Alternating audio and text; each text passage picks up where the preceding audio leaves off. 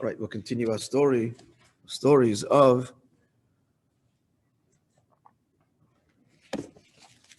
Reb Zusha.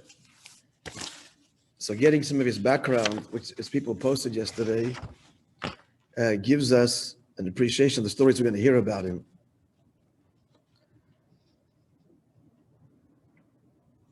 So we told you the story there with the seamstress, the Jewish seamstress, and how this kid risked his life to notify all the other Jews of the town that tomorrow will be the first action in deportation.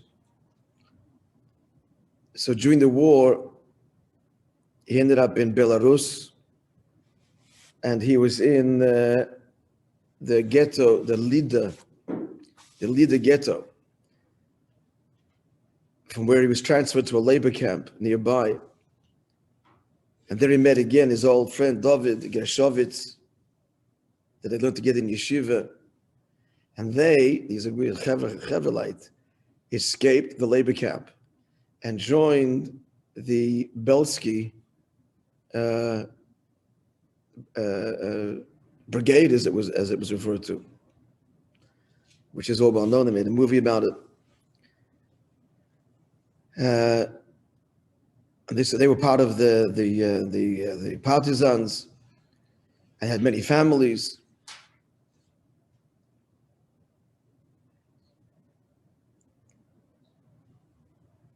So he says here that the Belsky Brigade, whatever the term was, wasn't simply as other partisan groups, that their whole mandate was to inflict damage on the Nazis, but their primary thing was to save Jews from the ghettos and from the labor camps.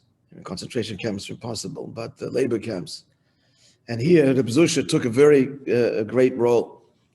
He would sneak into the ghetto, and he would, through the underground sewers, he would get Jews out, and they would join the Belsky they call it brigade. That's the term that they called it.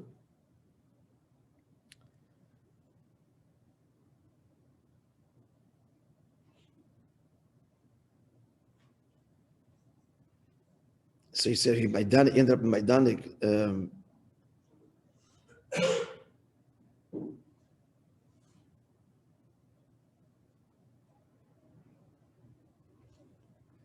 The particular ghetto, and I'm not sure if Majdanek was a death camp, and he saved many Jews from ending up there, this particular town. And even, he said, that some were able to survive the last moment, even escape, even when the final deportation took place. So I think somebody mentioned there, so his job, he was really saving Jews, and he helped Jewish life there in the Belsky Brigade. And he was very respected by everybody there. I think someone posted yesterday, Matzah, Pesach, and marriages, etc. Reb Zusha was wounded. He survived the war, survived this, and was wounded. And this caused him pain for many, many years in his foot, his leg, until it was healed. He was constantly changing bandages, and it was always infected. And only after a long time after the war was his legs healed. Now we used to say, I don't know if this is true, but he didn't seem to have a neck. If you look at the pictures of him, they say he was shot through here, so that's why he didn't have. He ended up in Italy and met there the Lubavitcher Chassid of Shnei Zalman Levin. There they established a shul for the Platim, for the survivors. And Nisab Zalman Levin, the famous Levin family, was Makarav him to Chabad and started to learn Chassidus and got deeply immersed in it. When he came to Eretz Yisrael, he learned in the Achei Tmim in Tel Aviv, even though he's 25 years old and much older than the other Talmidim, and began to learn Chassidus very devotedly under the tutelage of the celebrated Mashpia. I think I told you stories about him. Rabbi Chaim Sholbrook was also Rabbi Yel's teacher. He was a legendary chassid.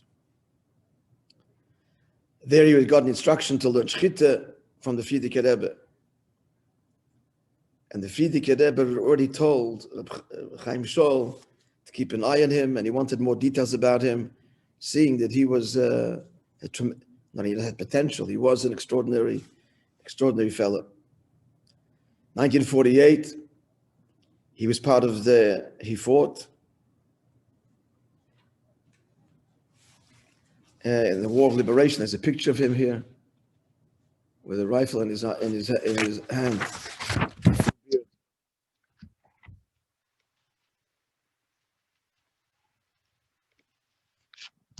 More detail about 1948, but here's one. We'll conclude with this story, and this is typical of Zusha.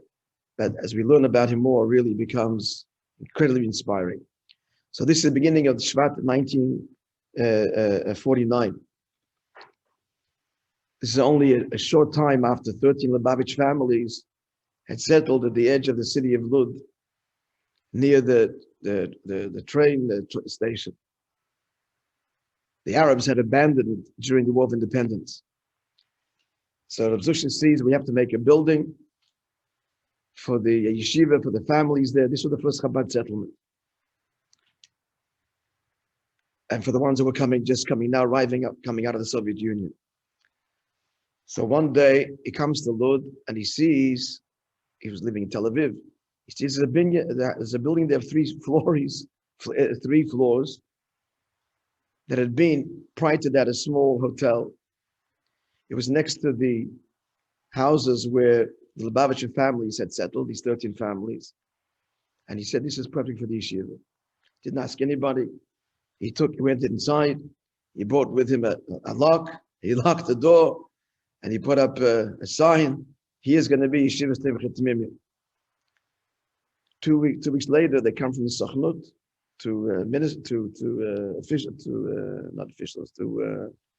officials. So what is this? They were going to use this as an absorption center for young couples. So they turned to the B'zush, who was sitting in there in one of the offices.